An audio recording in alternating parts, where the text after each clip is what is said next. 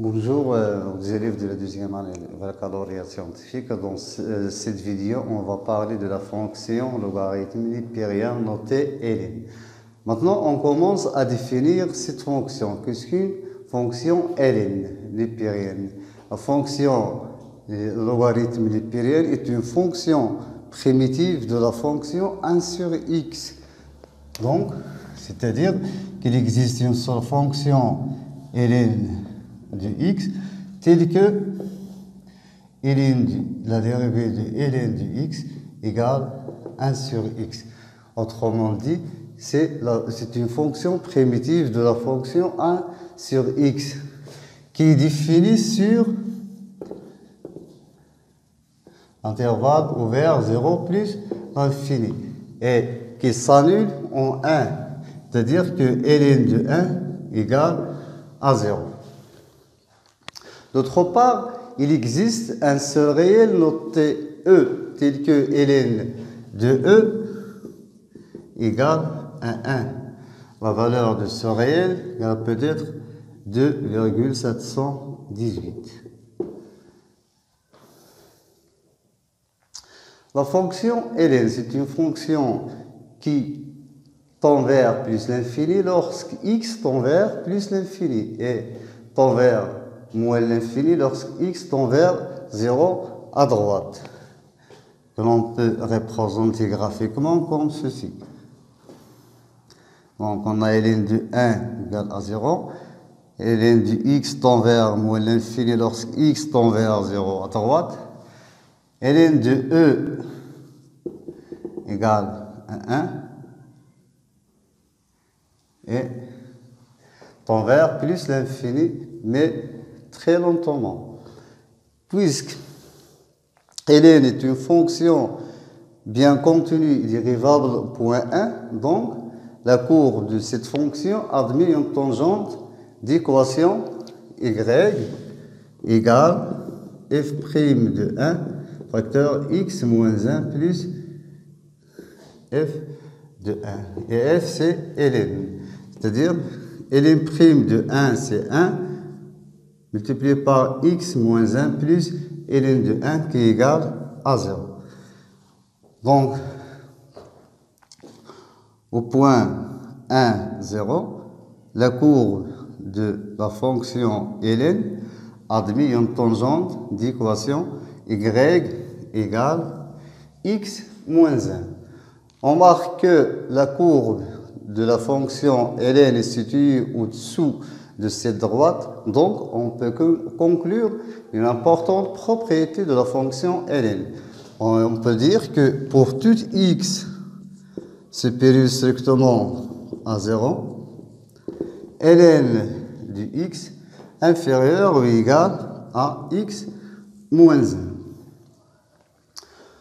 On passe à voir les autres propriétés de la fonction ln.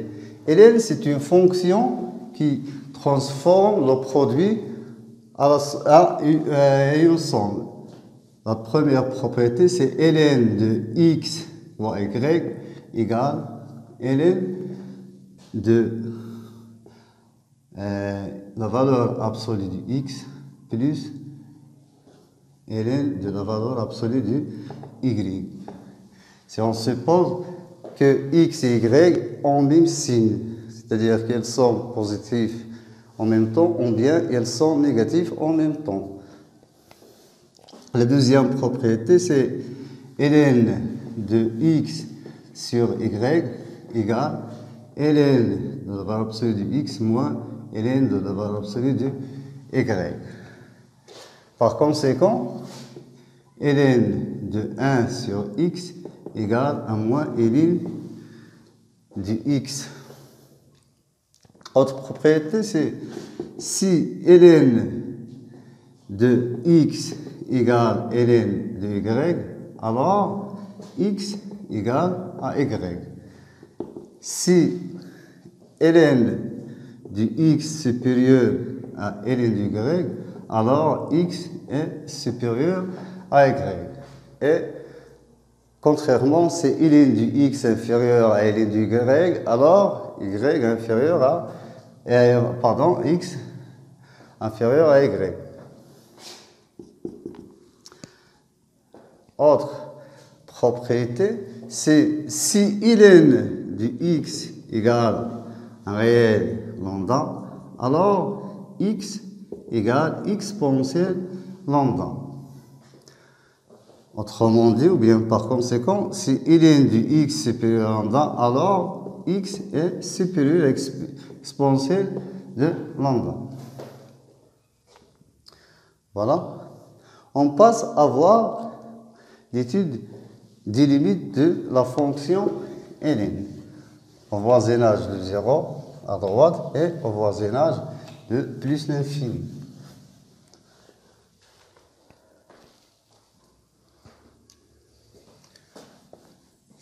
Limite de ln lorsque x tend vers 0 à droite, ln du x tend vers à moins l'infini.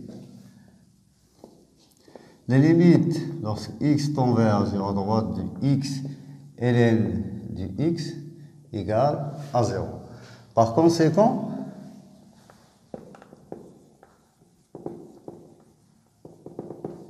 les limites lorsque x tend vers 0 à droite du x puissance n ln du x égale à la limite lorsque x tend vers 0 à droite du x puissance n moins 1 multiplié par x ln du x. On sait que x ln du x tend vers 0 lorsque x tend vers 0 à droite. Donc, égal à 0 fois 0, c'est 0.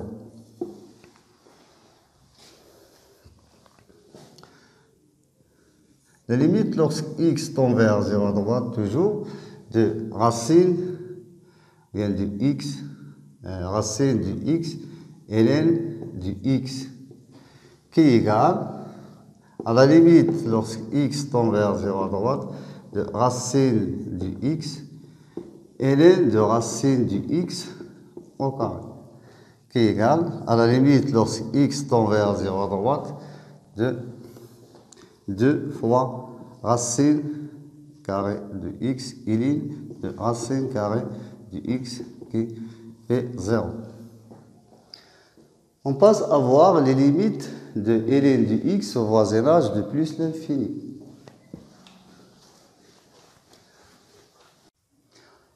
On passe à voir les limites au voisinage de plus l'infini.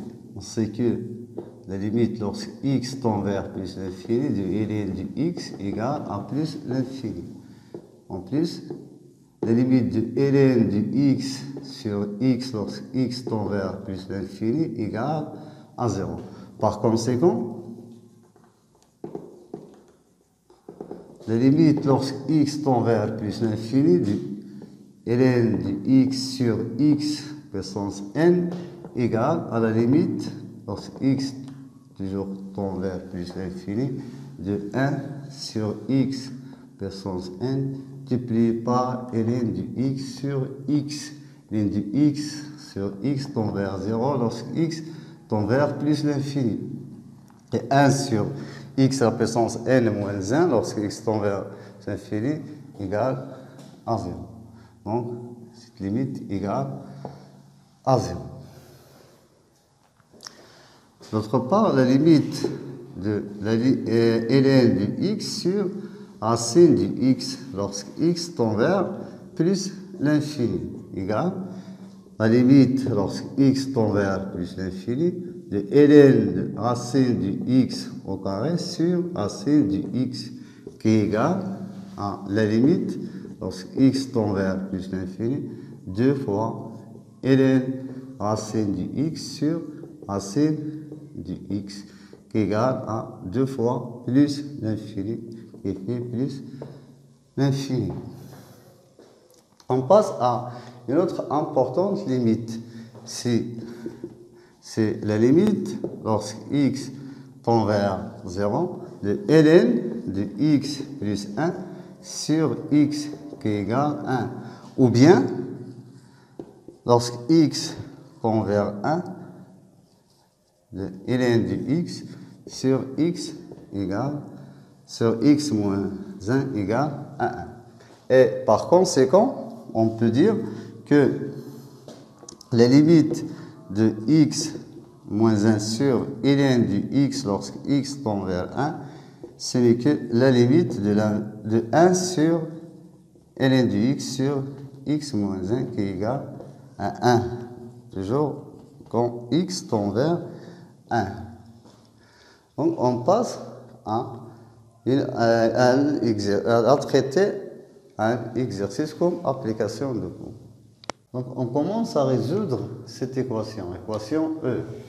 ln de la valeur absolue sinus de x plus ln de la valeur absolue de tangente x égale ln de la valeur absolue de cosinus de x.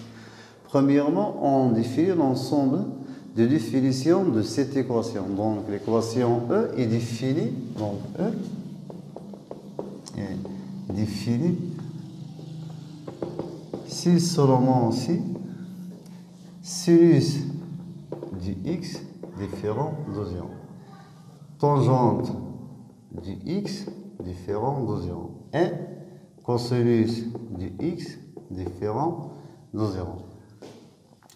C'est l'équivalent à que x différent de kπ, tel que k appartient à z. Cela implique que x différent à kp et x différent à p sur 2 plus kp, avec toujours k appartient à z. Cosinus de x différent de 0 implique que x différent de p sur 2 plus kp, qui implique que x différent kp sur 2. Donc, on peut conclure que E est bien défini ici, x différent à kp et x différent à kp sur 2. Donc, E est défini si seulement si x différent à kp et x différent à kp sur 2.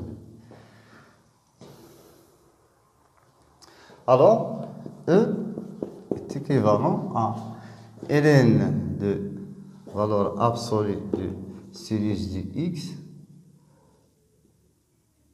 plus ln de la valeur absolue de tangente de x moins ln de la valeur absolue de cosinus de x égale à 0. Ce qui est équivalent à ln de la valeur absolue de sinus de x fois la valeur absolue tangente de x, tout sur la valeur absolue de cosinus de x égale à 0. Ce qui est équivalent à ln de la valeur absolue de sinus de x sur la valeur absolue de x, c'est tangente de x. C'est tangente de x au carré égale à 0. Cela veut dire que tangente au carré de x égale à 1. C'est-à-dire que tangente de x égale à 1 ou bien tangente de x égale à moins 1.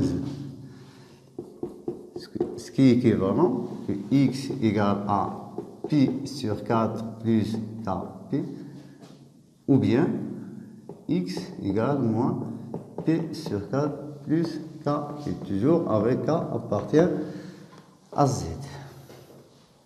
D'où l'ensemble de définitions de cette équation, c'est x égale p sur 4 plus kp ou bien x égale à moins p sur 4 plus kp, toujours tel que k appartient à z. Maintenant, on passe à un exercice de l'étude d'un cas parmi les cas de la fonction ln.